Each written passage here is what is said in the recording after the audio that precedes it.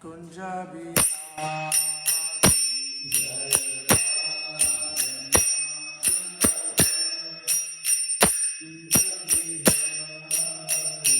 Jaya Radha Madhava Kunja Bihari Jaya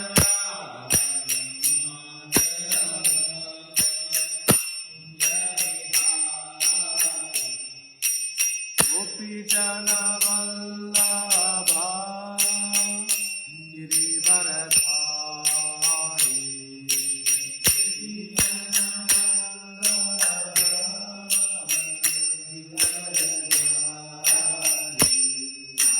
Gopi Jana Vallabha Girivaradhari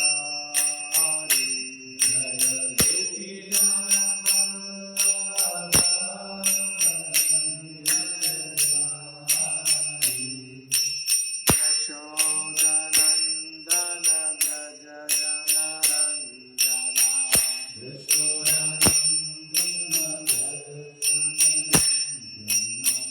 Yashodanandana Braja Jana Ranjana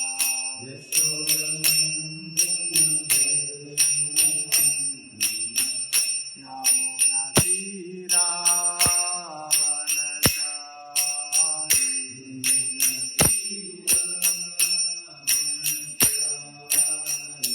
Yamuna Tira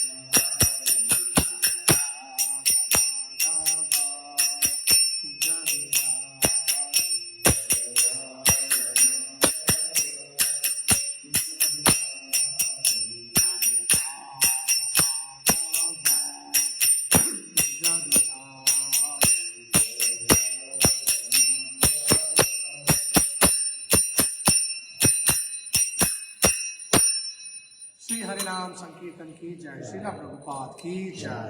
ओम नमो भगवते वासुदेवाय। ओम नमो भगवते वासुदेवाय। Om Namo Bhagavate Vasudevaya.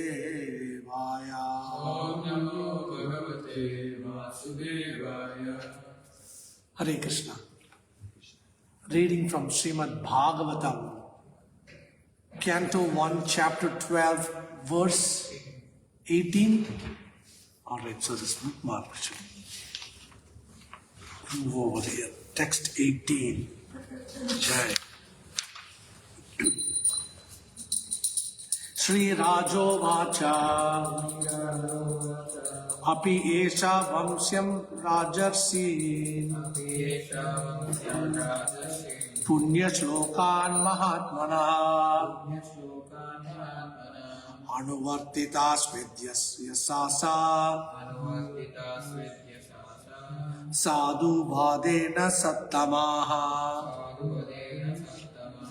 Shri Rajo Vacha Api Esha Vamsyan Rajarsi Punya Shlokan Mahatmana Anuvartitas Vidyasya Sadhu Bhadena Sattamaha. Shri Rajo Vacha Api Esha Vamsyan Rajarsin Punya Shlokan Mahatmana Anuvartitas Vidyashasa Sadhu Bhadena Sattamaha. Shri Rajo Vacha Shri Rajo Vacha Api Esha Vamsyan Rajarsi Api Esha Vamsyan Rajarsi Punya Shlokan Mahatmana Punya Shlokan Mahatmana Anuvartitas Vidyashasa Sadhu Bhadena Sattama. Shri Rajo Vacha Shri Rajo Vacha Apyesha Vamsyan Rajarsi Apyesha Vamsyan Rajarsi Punya Shlokan Mahatmana Anuvartitas Vidyashasa Sadhu Bhadena Sattama. Brian Prabhu, would you like to read or should I? Sri Raja, the all good King Maharaj Yudhishthir,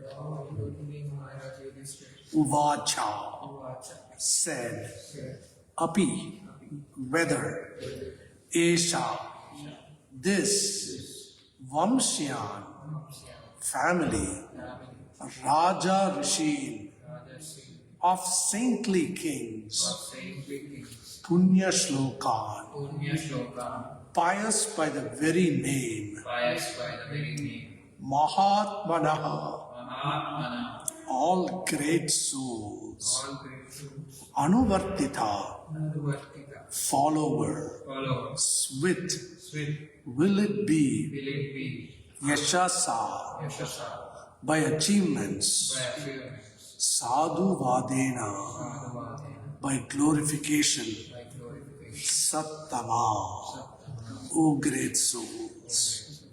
Translation. The good King Yudhishthir inquired, O great souls, will he become as saintly a king, as pious in his very name, and as famous and glorified in his achievements as others who appeared in this great royal family? Purport by His Divine Grace, Abhay Charanaravinda Swami, Srila Prabhupada. Srila Prabhupada ki. The forefathers of King Yudhishthir were all great saintly kings, pious and glorified by their great achievements. They were all saints on the royal throne, and therefore all the members of the state were happy, pious, well-behaved, prosperous and spiritually enlightened. Under strict guidance of the great souls and spiritual injunctions, such great saintly kings were trained up, and as a result, the kingdom was full of saintly persons and was a happy land of spiritual life. Maharaj Yudhishthira was himself a replica of his ancestors, and he desired that the next king after him become exactly like his great forefathers. He was happy to learn from the learned Brahmins that by astrological calculations, the child would be born a first great devotee of the Lord. And more confidentially, he wanted to know whether the child was going to follow in the footsteps of his great forefathers. That is the way of the monarchical state. The reigning king should be a pious, chivalrous devotee of the Lord and fear personified for the upstarts. He must also leave an heir apparent equally qualified to rule over the innocent citizens. In the modern setup of the democratic states, the people themselves are fallen to the qualities of the Sudras or less, and the government is run by their representative who is ignorant of the scriptural mode of administrative education. Thus the whole atmosphere is surcharged with Sudra qualities manifested by lust and avarice. Such administrators quarrel every day among themselves. The cabinet of ministers changes often due to party and group selfishness. Everyone wants to exploit the state resources till he dies. No one retires from political life unless forced to do so. How can such low great men do good to the people? The result is corruption, intrigue, and hypocrisy. They should learn from the Shrimadbhagavatam how ideal the administrators must be before they can be given charge of different posts. Wow. Just wow. You know, I mean, turn on the television for 5 minutes, and this was written, right? What year was this translated? In the 1970s, early 70s. Absolutely amazing. Absolutely amazing. I saw him yesterday. I was in the pharmacy. I tried not to listen to him at all. I cannot stand the sound of his voice. And I was in the pharmacy the other day, and the TV was on there, and he was sitting there behind his little podium with the flag behind him, talking about how wonderful the country was doing. At the end of this month, Who was that? Trump, our fearless leader. Next month, I lose $600 a month in food stamps. Next month, I lose $600 a month in food stamps. We're doing great in this country. Just phenomenal. You know, wow, let's sing the song, you know. And Srila Prabhupada knew this, and it was just like he was seeing into the future. You know, it's just amazing. Hare Krishna. Yeah, absolutely. Hare Krishna. The good king Yudhishthira inquired, O great souls, will he become as saintly a king, as pious in his very name, and as famous and glorified in his achievements as others who appear in this great royal family?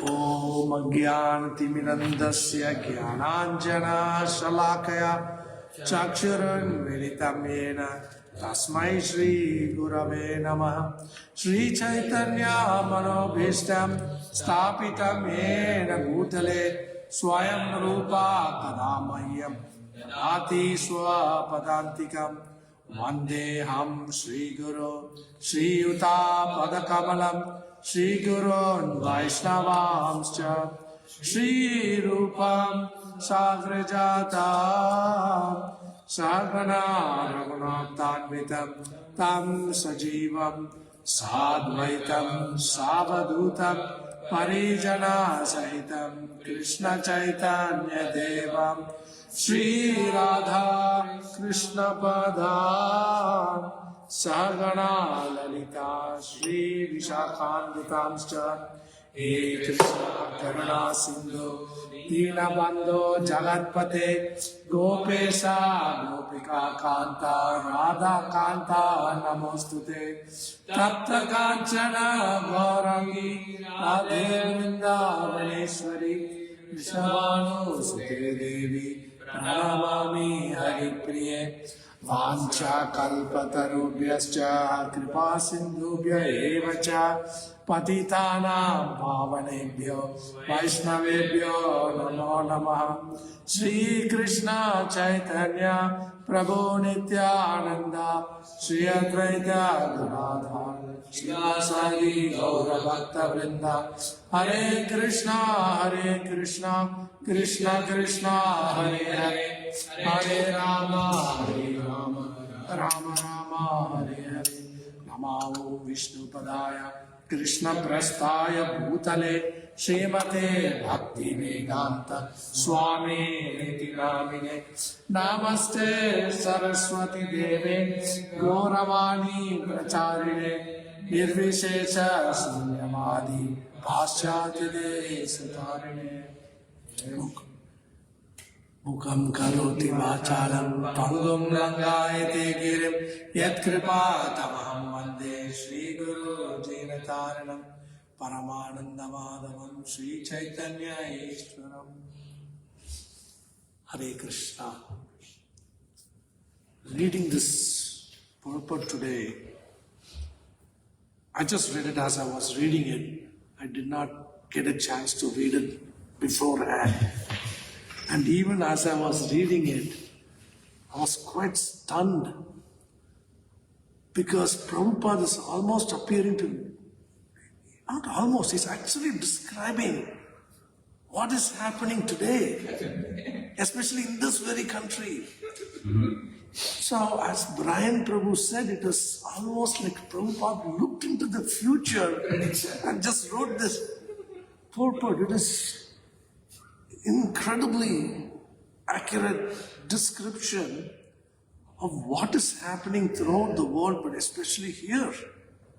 Administrators quarreling amongst themselves, displaying selfishness. No one retires from political life unless forced to do so. I was just reading the Supreme Court justices in this country. Some of them are in their late 70s. There are politicians in their early 80s, mid 80s. Yes. Yeah, they don't come out of Congress unless they're dead. They carry them out of Congress. No retirement. That's how it ends. They carry them out of Congress. So more than 50 years ago, Srila Prabhupada was able to tell what is coming. It's just uncannily accurate. I was talking to a friend just the other day, and somehow this discussion of politics came up. And I said, regardless of who is your preferred leader, both sides, essentially they are beef eaters, especially in this country, yes. We eat the flesh of cows. And how can any society that's led by cow eaters, those that eat the flesh of cows, bring any good for the people? Parikshit Maharaj, when he was touring his kingdom, he actually came across someone slaughtering a cow. And Parikshit Maharaj forbade him, he stopped him. It's actually a personification of Kali. slaughtering cows. So Parikshit Maharaj was a protector of cows. Such people can lead nations. Then the whole country becomes prosperous. So Srila Prabhupada is very clear that administrators should learn from the Shrimadbhagavatam what is the ideal form of ruling a kingdom or a country before they can be given charge of different posts. And the Shrimadbhagavatam actually trains people to evolve, evolution of consciousness. So last week, a very great Vaishnava, His Grace Radheshyam Prabhu, an exalted devotee of Lord Krishna, he was in the Farmington Hills temple and he was giving a class. I had to leave midway because of some already arranged activity, so I had to leave in the middle, but just that first part of the class was so impressive. So I went up and looked up Radheshyam Prabhu on YouTube, and just last night, and a lecture came up, how to read Shrimadbhagavatam. But the time was already close to 9, and my alarm was set for 2:45 this morning. So I was in a fix. I was going to give class, and Radheshyam Prabhu was speaking about how to read Shrimadbhagavatam. So I thought, I can benefit by hearing this lecture. The audience can benefit if I reproduce part of those series of points he was making in the lecture. But I was constantly looking at my clock. It was ticking 9, 10, 9:15. Finally, I figured I'll just come back another time and hear this lecture. But I just heard a few minutes, enough for him to describe how a person's consciousness evolves as he regularly reads and hears Shrimadbhagavatam. So when we regularly read Shrimadbhagavatam, for a conditioned living entity, he begins to act, performing his worldly duties without attachment to the results. In this world, everybody is forced to work and act in so many different ways for survival, for maintenance. So we have to do it. But how, in what mood should our duties be performed? Shrimadbhagavatam teaches us. So the first stage is Nishkama Karma. We begin to, as we understand Shrimadbhagavatam, we begin to perform our duties without attachment to the results. So in the Bhagavad Gita, Krishna tells Arjuna, and this is a verse that we have all heard. It was made famous by that Mahabharata TV series in India. So at the beginning, when the credits started rolling, there were a few verses that were actually chanted in a song form.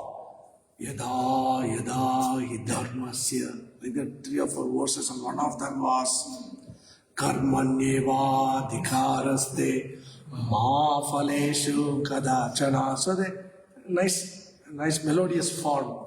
So every Sunday, this series, an episode would play, and it went for about, I think, 2 years or something. And people were really tuned into this. This was back in the late 80s. So when this episode was being played on a Sunday morning, the streets were practically empty because people were glued to their television. Oh, nice. Yes, it was one of the most popular TV series, and they did a very wonderful job. They consulted, ISKCON was also consulted in the credits, you can see, yes. So they did a really good job of it. So because it was played over and over every week, a different episode, but the same credits in the beginning and at the end. So people learned these verses, about 3 or 4 verses. And one of them was Karmanyeva Adhikaraste, Ma Phaleshu Kadachana, Ma Karma Phala Hetu Dura, Mate Stambhostu Karmani. So Krishna tells Arjuna, you have a right to perform your prescribed duties, but do not consider yourself the cause of the result of your activities.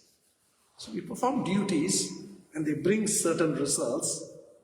Krishna says, do not consider yourself the cause of those results. So to perform our duties without attachment to the results, Nishkama Karma. So when we regularly read Shrimadbhagavatam, that is one of the effects of reading Shrimadbhagavatam. We are trained, our consciousness evolves to the point where we can now perform our duties, but without attachment to the results. And what happens is, it's actually a state of consciousness where one can become happy. Because now our happiness is determined by the nature of the result. If the result is as we are expecting it to be, we are joyful. But if the result is not what we expected, then it brings pain. So Bhagavatam teaches us to perform our duties without attachment to the results. And then as one continues that process of reading Srimad Bhagavatam, Radhesham Prabhu said, knowledge is revealed. And one develops faith in that knowledge. In the Bhagavad Gita, Krishna tells Arjuna, Bahunam janmanam ante jnanavan mam prapadyate Vasudeva sarvamiti sa mahatma sudurlabha. That after many, many births and deaths, one comes to this conclusion that Krishna, Sarva Karan Karanam, he is the causes of all causes. It takes many births and deaths. In Bhagavad Gita, as it is, Srila Prabhupada presents in very plain, easy to understand language, in the English language. It has been presented in so many different languages, but I have read the English version. Very plain. Krishna is the cause of all causes, and the goal of life is surrender to Krishna. And how many people have read that? Many, millions of people have read that, have heard that. Yet it never occurs to them that they should dovetail their life in such a way that they can achieve that objective of surrender to Krishna. So many people are reading it, yet very few actually practice it. Why? Because that knowledge needs to turn to realized knowledge, Vijnana. Jnana is knowledge, but when we begin to realize that, then it becomes Vijnana, realized knowledge. So Srimad Bhagavatam will give us that realization. Krishna is the cause of all causes, and then one begins the process of sincere surrender to the Lord. One begins to perform activities that can help him realize these things. And then as one continues the study of Srimad Bhagavatam, then one begins to realize the Paramatma in the heart. So there is vivid descriptions of the nature and the beauty of Paramatma, the Lord, who is present in the heart of all living entities. So one becomes a yogi. Now, Radhesham Prabhu was making a wonderful point in that class. I just took a few minutes because of time constraints. But he was giving the example of Dhruva Maharaj. Dhruva Maharaj did not go through this process. He didn't have to develop Nishkama Karma, developing detachment from the results of his work. He didn't have to go through this process of acquiring knowledge before coming to this realization. Why? Because he simply took the word of his spiritual master, Narada Muni. Narada Muni appeared before him and he said, Krishna is in your heart as Super Soul, as Paramatma. And Dhruva Maharaj simply accepted it. So he didn't have to go through all these other processes. So Radhesham Prabhu gives the example of riding up in the elevator. So if the elevator door opens and someone says, Prabhu, please come in. I'll take you up to the 30th floor in seconds. But if we do not have trust in that person who's inviting us into the elevator and we say, well, no, Prabhu, I don't know if this will work for me. I'll take the stairs. Can you imagine how long, how much effort it takes to get up to the 30th floor? Whereas one who rides the elevator within seconds. And he was even saying these modern day elevators, and I've had that experience, some of you may have had that. When you visit cities like New York or Chicago, they have these real high-rise buildings, 90 stories, 100 stories. And those elevators, you don't know if you're even moving. Yeah. They are so smooth. And they go up so fast, but you don't even know you're moving. When the door opens, you're up in the 30th floor or 70th floor. So high up. So when we have faith in the words of the spiritual master, the words of the Acharya, the words of Vaishnavas, we accept their instruction, then we can skip through a lot of processes, go straight into the world of bhakti, devotional service. So when one reaches this state of being a yogi where one can perceive the Paramatma, that is not the perfection. Radhesham Prabhu says, as we read Shrimadbhagavatam, the Bhagavatam takes us further. Our consciousness further evolves, where we begin to understand our eternal form, our eternal relationship with Krishna. Every living entity has a particular relationship with Krishna, which is revealed in the advanced stages of bhakti. So Srimad Bhagavatam will reveal that to us, where we understand our eternal service to the personality of Godhead in the spiritual world. So as we have heard, one can relate to the personality of Godhead in different mellows. Shantaras or Dasya, it's a servant. Santas essentially, Shantaras is neutral position. Or Dasya, one can serve the Lord in the mood of a servant. Or Sakya, as a friend. Or in Vatsalyaras, it is a kind of mellow when one considers the Lord to be his child, parental affection. Or one can serve in Madhuryaras, like the gopis do, in conjugal love.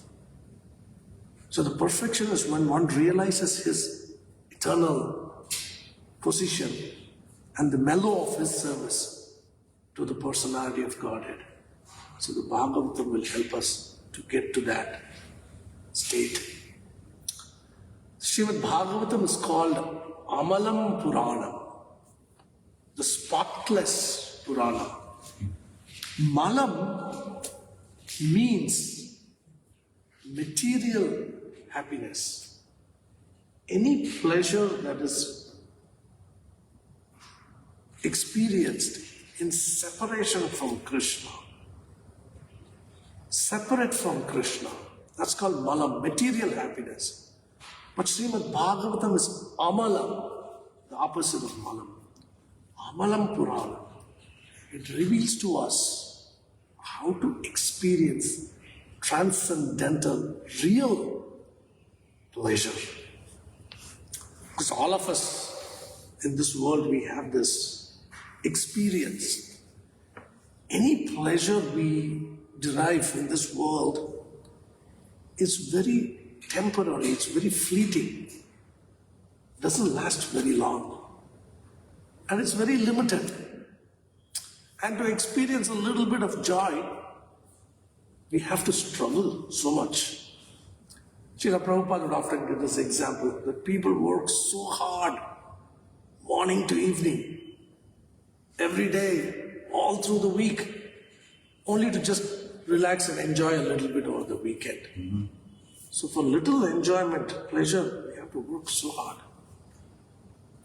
But in devotional activities, when we engage our time in Krishna's service, then the joy we feel, the joy we experience is lasting happiness. It is not dependent on any external circumstances. But many of us in this world, in fact, even in our temple we see many devotees have full-time jobs. Especially as Brian Prabhu was describing in this country, it has become such a struggle just to survive. So we must work very hard. So then how do we dovetail that in Krishna's service? So in the Bhagavad Gita, Krishna tells Arjuna, it's a very beautiful verse. Yat karoshi yadashnashi yajjuhoshi dadasya yat tapasyasi kaunteya tat kurushva madarpada. Whatever you do, whatever austerities or sacrifices you perform, whatever charity you perform, whatever you eat, essentially whatever activities you perform, do it as an offering to me. And the most simple example is offering of bhoga. We all eat. We just offer it to Krishna and then honor it as prasada. So whatever we do it as an offering to Krishna, and then all our work becomes an act of devotion. Abhyasepi asamartosi mat karma paramo bhava madartam api karmani kurvan siddhim bhavapsyasi. In the 12th chapter of Bhagavad Gita, Krishna presents to Arjuna a series of options. He begins with surrender. But if you cannot surrender, perform this kind of work. If you cannot do that, then try this. And then finally, he gives Arjuna the option. If you are not able to do any of these things, then just work for me. Because by working for me, you will come to the perfect stage. So working for Krishna essentially means giving a part of the results of our work to Krishna, using it in Krishna's service.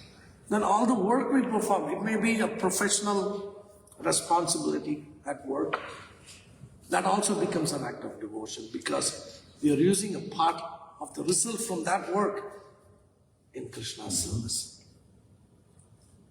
So one time there was this famous devotee, his name, I'm trying to recollect now, he was a famous Canadian tennis player. He was very dear to Srila Prabhupada. He passed away a few years ago. I'm trying to recollect his name now. I'll get it at some point.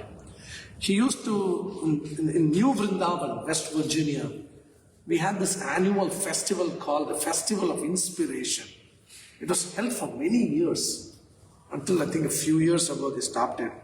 But for many years it was held, and devotees came from all over the country. It was a beautiful festival, a 3-day festival, and different people would come and speak, sannyasis and other prominent personalities. There'd be dramas, just 3 days of just wonderful activities. There'd be lots of devotees.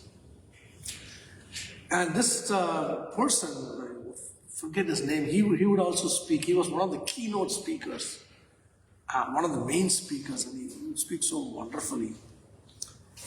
And so when he was a very good tennis player, one of Canada's best tennis player many years ago, 70s.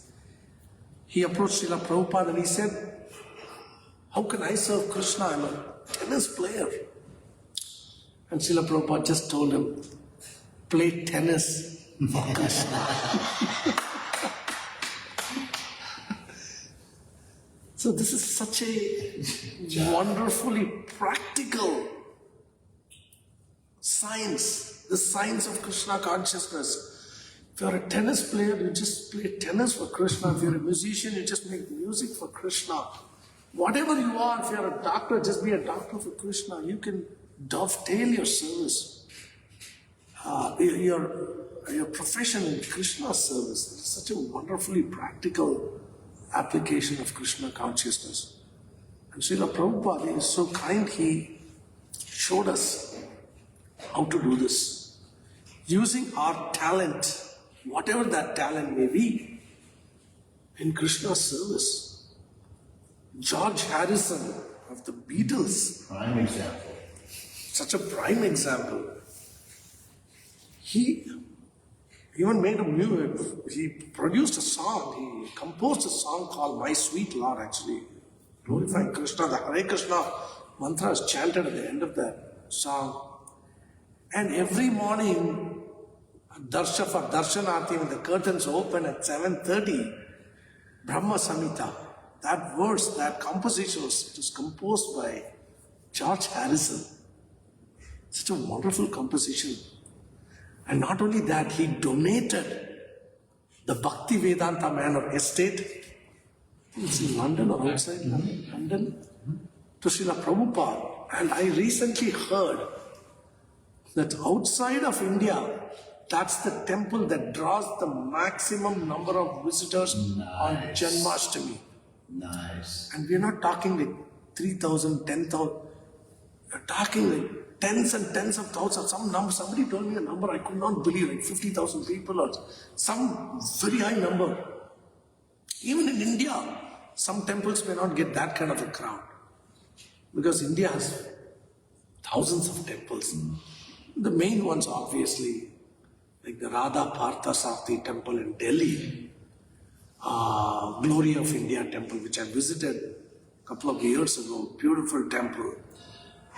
Like morning to evening, there are lines waiting outside on the streets, people waiting to get in for darshan. And as they take darshan and leave, the line's still there because more people are joining in the line. Such crowds. But outside of India, the Bhakti Vedanta Manor draws the maximum number of visitors on Janmashtami day. And this was such a prime example, nice word, prime example of using one's talents, one's profession, and dovetailing it in Krishna's service. And can you imagine the benefit for George Harrison? So many thousands and thousands of people come and take darshan of the Lord. They're hearing the holy names. They honor prasadam. And to the person who made it all possible, he gets much of the credit. Srila Prabhupada called him Hari's son, Harrison. I love that. Hari's son. So in whatever way we can, we may not have the means to make such a big contribution, but in whatever ways we can. Because Krishna is Bhavagrahi. Bhavagrahi means one who sees the intent behind the offering. Nice. It may be a big offering, but if we are doing it because we can earn appreciation from society, so society will glorify us for what we have done. Yeah. May not be very pleasing to Krishna. But if we offer something big or small with simply the intent, my dear Lord, this is for your pleasure. But Krishna sees that intent. He may see what is being offered, but he's more interested in the intent.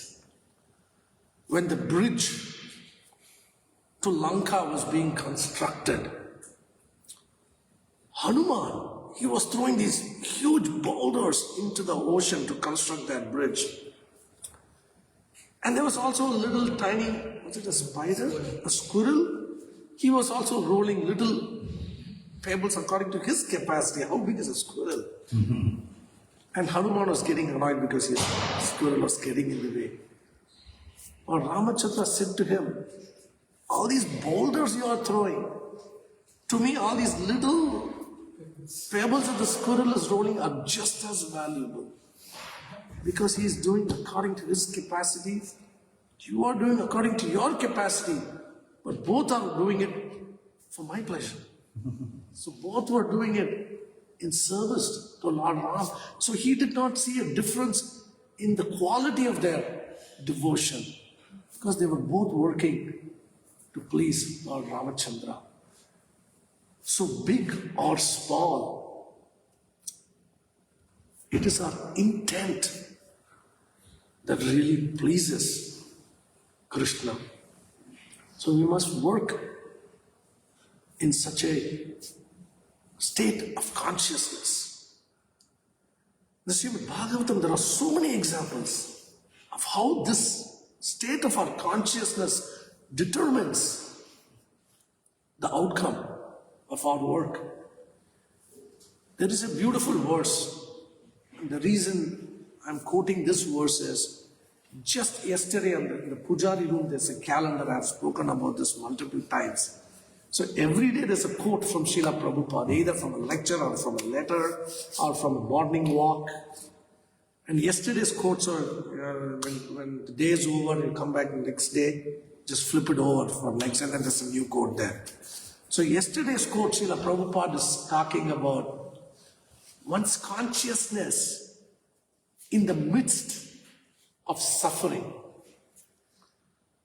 So suffering is inevitable in this world. There is no person in this world who's devoid of suffering. There is joy, there is suffering, and they alternate, usually one after the other. And Srila Prabhupada says, if one is going through some kind of suffering, but he comes before the Lord, the personality of Godhead, and he considers, I am suffering now, but this suffering should have actually been many times worse. But the Lord, because of his kindness upon me, he has reduced this suffering considerably. So one who stands before the Lord expressing gratitude, feeling this way, that I should be suffering even worse, but my Lord, you have greatly reduced my suffering. And this suffering is only a result of my own past activities. Thinking so, one who gratefully offers his obeisances to the personality of Godhead, for such a person, liberation becomes a rightful claim. Tatte nukampam susimikshamano bhunjana evatma kritam vipakam hridvag vapurbir vidadan namaste jiveta yo mukti pade sadhayabak. For such a person, doors back home, back to Godhead open up. Because Krishna sees the bhav, the intent, and the feelings of this person's heart. So what we offer to the Lord is important. According to our capacity, we must offer what we can.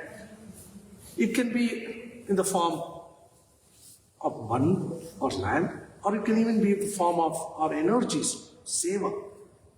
But when we offer, it must be for the pleasure of Krishna.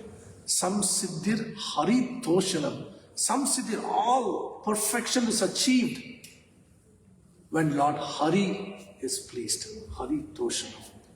So Krishna is bhavagrahi. He's looking at the intent in which we offer our service to him.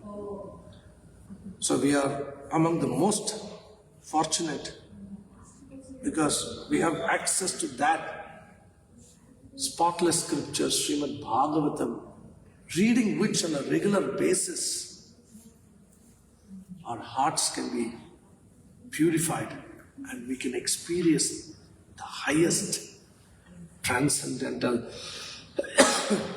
pleasure and happiness in bhakti. Thank you very much. Grantaraj Shrimadbhagavatam ki jai, Srila Prabhupada ki jai. Anybody, any questions, comments, or any realizations from the past week? Thanks for the wonderful class.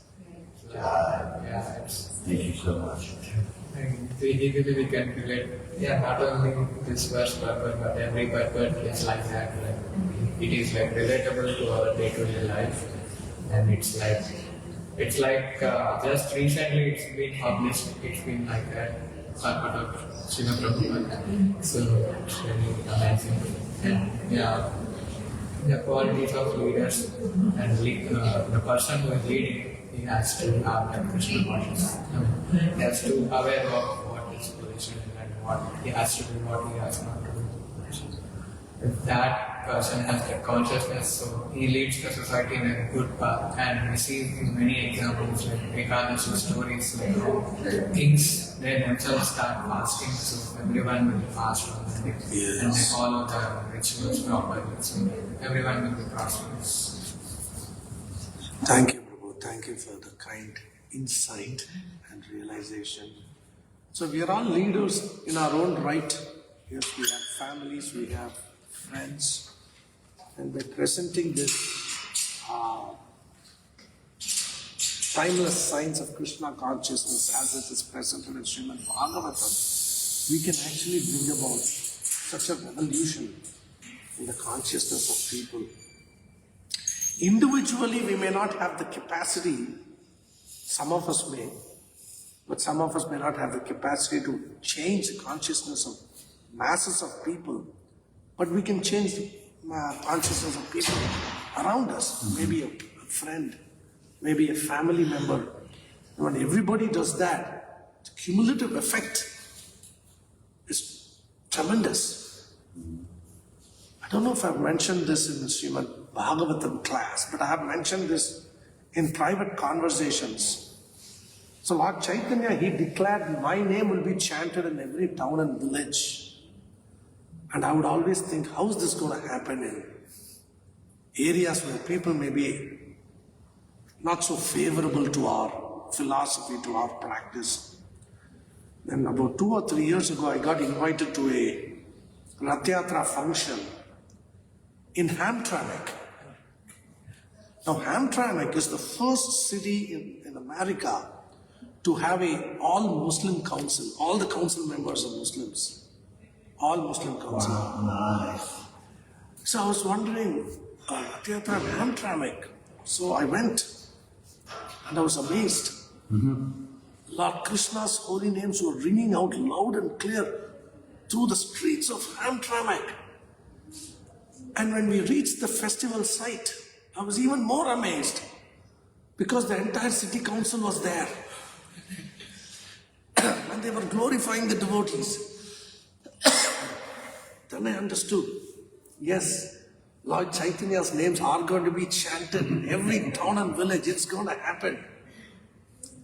Now how? We may not understand, but this is a prediction of the personality of Godhead. So we are seeing it happen already before our eyes. This is going to go in every town and village. And we can also play a part in that. Srila Prabhupada, he said this. This movement will go on with or without you. Participate and take the credit, or someone else will participate and take the credit. So why not participate and get the mercy of Krishna? Thank you very much. Now we will honor Mahaprasadam. Hare Krishna.